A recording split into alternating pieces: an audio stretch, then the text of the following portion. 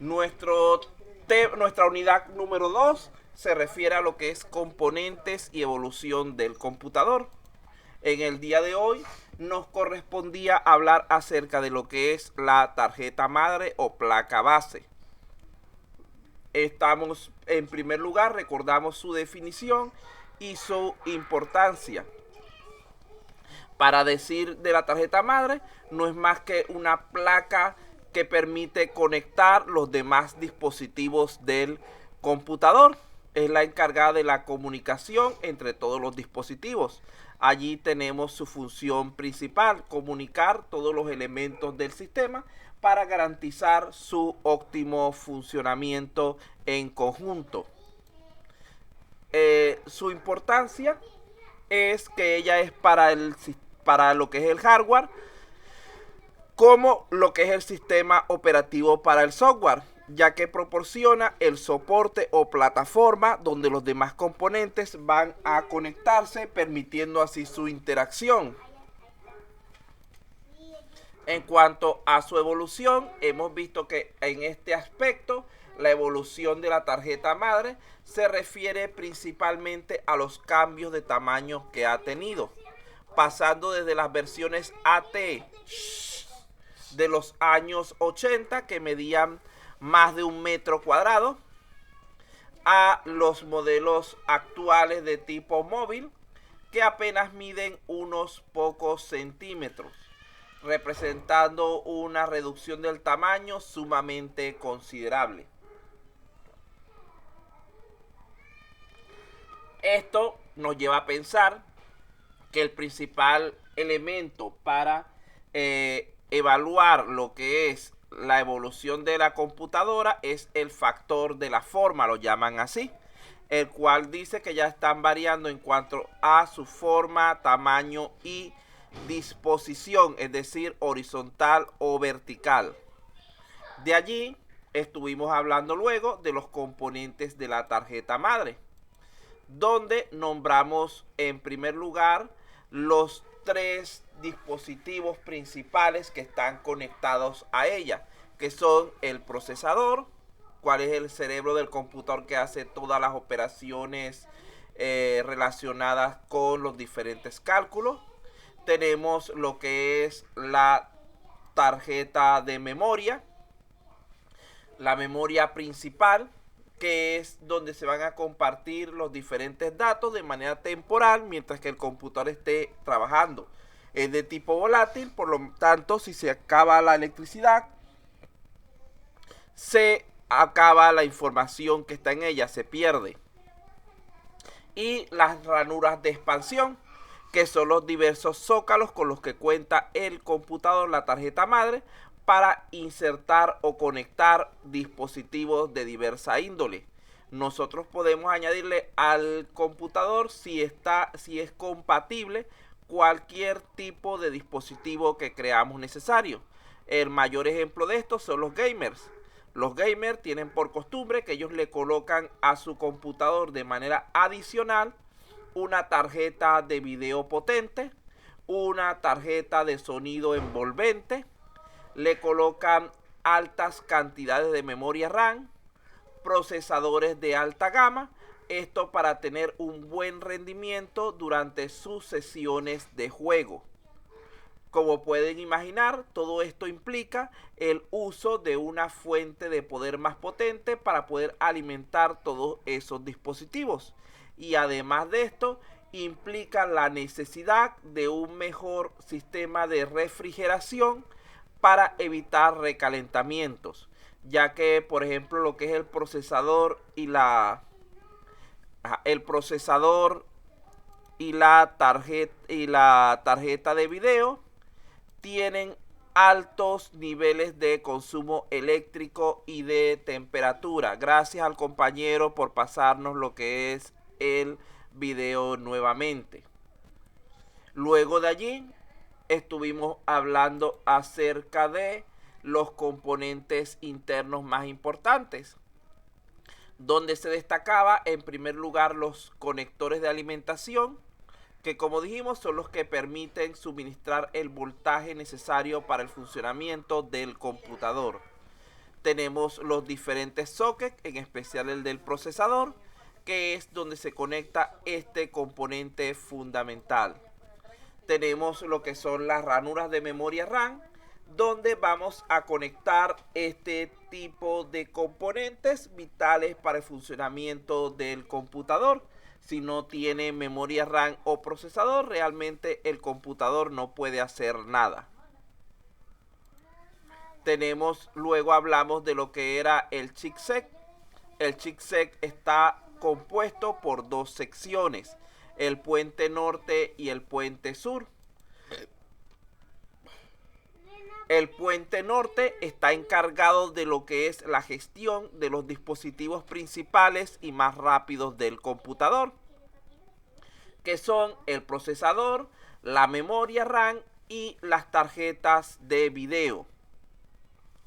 El puente sur está encargado de los dispositivos más lentos, los cuales son las ranuras PCI, la interfaz gráfica integrada, los dispositivos de entrada y salida, los discos duros, etcétera.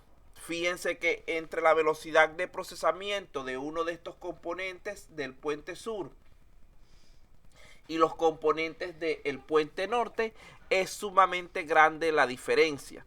Por eso es que no pueden estar conectados a un solo controlador, porque los componentes más lentos en ese caso harían perder tiempo a los componentes más rápidos. En ese caso lo que se hace es que se acumula de manera intermedia diversas instrucciones para el mismo componente y se van pasando por lotes a los componentes rápidos para así mantenerlos siempre ocupados, lo cual es la meta, que el procesador siempre esté ocupado trabajando. Tenemos aquí otros componentes importantes, como por ejemplo el reloj, el cual limita la velocidad de funcionamiento del computador. Tenemos la CMOS, que se encarga de guardar lo que es la configuración personalizada, así como el mantenimiento de la fecha y la hora. Tenemos lo que es la pila, que se encarga de proveer electricidad a la CMOS para que esa configuración personalizada no se pierda. Y tenemos lo que es la BIOS, o como ya preguntó el compañero, Basic Input Output System, es decir, sistema básico de entrada y salida, el cual es el software principal del computador que permite controlar todos los elementos del hardware. Recordando que cuando encendemos el computador, ese es lo primero que se lee, la memoria ROM de la BIOS, la cual detecta los componentes que tenemos instalados en el equipo. Esto quiere decir que la BIOS es una interfaz entre lo que es los programas y la electrónica del equipo. Hablamos también acerca de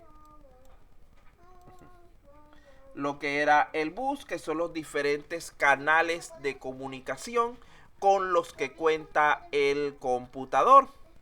Fíjense que en este caso ellos se van a encargar de lo que es la transferencia de datos entre los diversos componentes del computador, o si es un bus de tipo externo, un bus de tipo REC, se encargaría de lo que es la comunicación entre diversos computadores. Está formado tanto por cables como por pistas de circuito impreso. Aquí tenemos diversos propósitos de los buses. Como les dije hace un rato, los buses son un solo tipo de cable, se podría decir así, pero ese cable tiene varios hilos, los cuales van realizando diversas funciones específicas. Tenemos en primer lugar los buses de control, los buses de datos, perdón, empecé de abajo, que son las que permiten la comunicación entre los datos externos e internos del procesador, es decir, lo que entra y lo que sale a nuestro CPU. Tenemos los bus de dirección, que es la que indica la localización del dato en la memoria. Tenemos los bus de control, que son los que gestionan el intercambio de información entre la unidad central y los periféricos. Además de esto, tenemos también lo que son los bus de expansión, que son los que se encargan de llevar la información tanto del bus de dirección como el de datos y el de control a lo que es el elemento de interfaz, es decir, a los dispositivos periféricos que se conectan a la tarjeta madre. Y por último tenemos el bus de sistema, que es el que vincula al CPU mediante diferentes tipos de datos con la memoria principal y con la memoria caché de nivel 2. La velocidad de este último bus está determinada por la frecuencia del bus y por un ancho mínimo. Esta velocidad es sumamente elevada. Luego hablamos de los conectores para unidades de disco, que serían los viejos conectores de tipo IDE y los conectores nuevos de tipo SATA. Seguidamente estuvimos nombrando entre los componentes de la tarjeta madre los diversos jumper que podemos encontrar.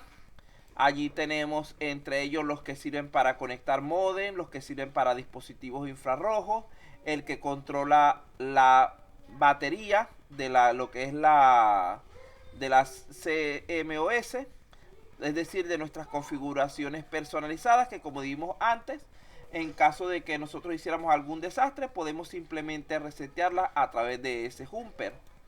Tenemos también, hay muchísimos jumpers como estos. Hay algunos que permiten conectar el audio del panel frontal, otros que permiten conectar los diversos interruptores y LEDs del panel frontal, y otro que va a conectar los puertos USB.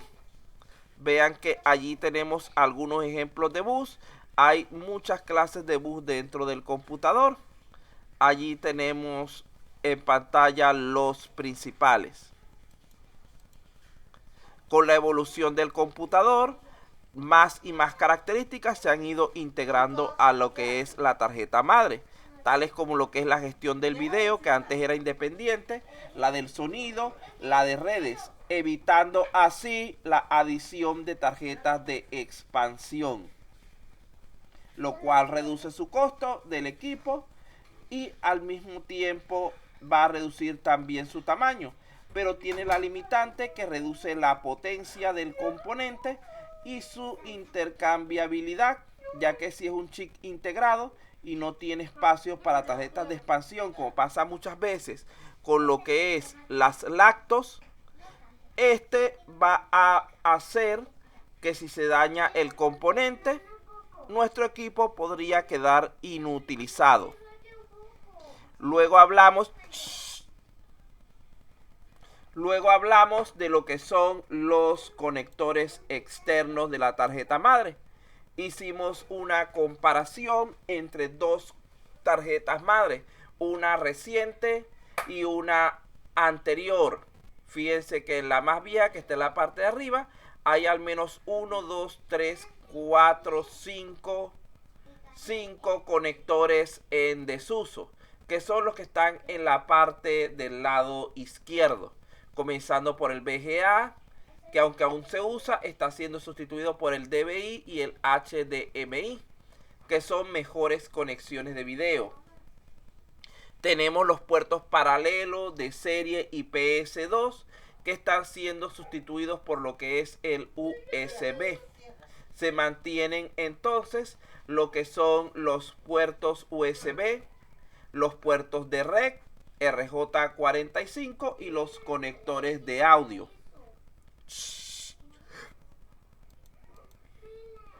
Estas conexiones que tenemos aquí, lo que nos van a permitir es instalar nuestros dispositivos periféricos o externos de cualquier clase, de entrada, de salida o mixtos. El objetivo de estas conexiones USB que se están implementando actualmente, promoviendo desde hace bastante tiempo, es mejorar la calidad plug and play y unificar las conexiones, ya que se espera que permita conectar y desconectar componentes de tipo periférico sin la necesidad de reiniciar el equipo para su utilización.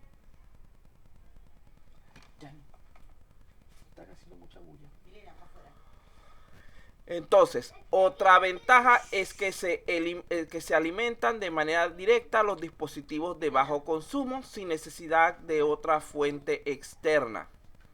La idea es acabar con todo ese montón de conectores antiguos y lentos y sustituirlos por USB. Hablamos finalmente de lo que son las tarjetas madre según la cantidad de procesadores que soporten. Tenemos las de tipo monoprocesador, que es las que hemos hablado hasta este momento, y tenemos las de tipo multiprocesador.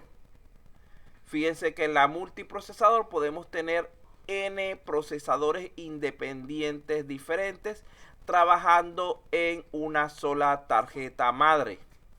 Esto quiere decir que se incrementa notablemente nuestra velocidad de procesamiento, pero esto debe ser gestionado de manera adecuada. ¿Qué significa esto? Que cuando estamos trabajando con multiprocesamiento debemos aplicar alguna estrategia que nos permita gestionar adecuadamente esa potencia adicional que tenemos. Recuerden que hasta ahorita estamos hablando de equipos monoprocesadores, pero podían ser multinúcleos, que lo que es en realidad es como una emulación de sistemas multiprocesadores.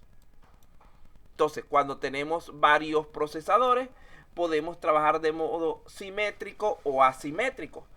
¿Cuál es la diferencia entre estas dos metodologías? La de modo asimétrico lo que hace es que cada procesador independiente va a realizar una tarea diferente. Esto no acelera el procesamiento de una tarea específica, pero sí asigna las diferentes tareas al mismo tiempo, promoviendo lo que es el trabajo en paralelo. La otra tendencia es el modo simétrico, el cual nos va a permitir que una misma tarea sea distribuida de forma simétrica entre dos o más procesadores. Es decir, estos procesadores van a ocuparse de una sola tarea, lo cual va a hacer que la misma sea finalizada, sea procesada mucho más rápidamente. Esto especialmente para labores donde se requiera muchísima potencia de trabajo. Finalmente tenemos por aquí que la tarjeta madre es el espacio de integración y contacto entre los diversos componentes del sistema informático. Es el módulo principal y más grande donde se distribuyen los datos que surgen del microprocesador y se transmiten las instrucciones tanto a la memoria como a sistemas de almacenamiento o a los periféricos, pudiendo compararse con el sistema nervioso central del computador, donde todas sus operaciones mínimas e indispensables se llevan a cabo. De allí dijimos que estos dos componentes, procesador y tarjeta madre, deberían imaginarse como un matrimonio, donde la felicidad del usuario, que sería, digamos que en este caso el hijo, dependerá de la adecuada selección que se haga de estos componentes, especialmente en términos de compatibilidad, ya que si no lo hacemos, a final de cuentas, todo el sistema, incluidos nosotros los usuarios, seremos quienes sufran las consecuencias.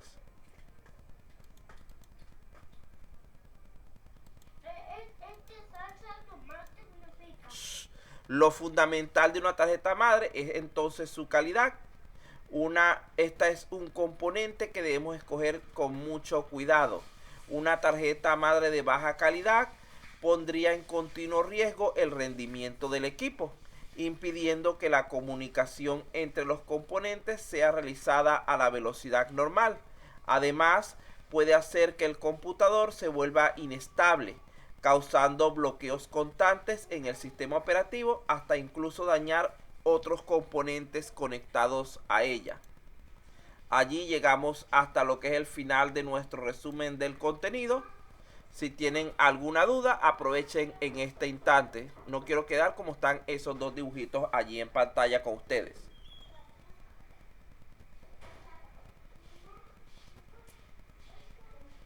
¿Alguna duda o comentario?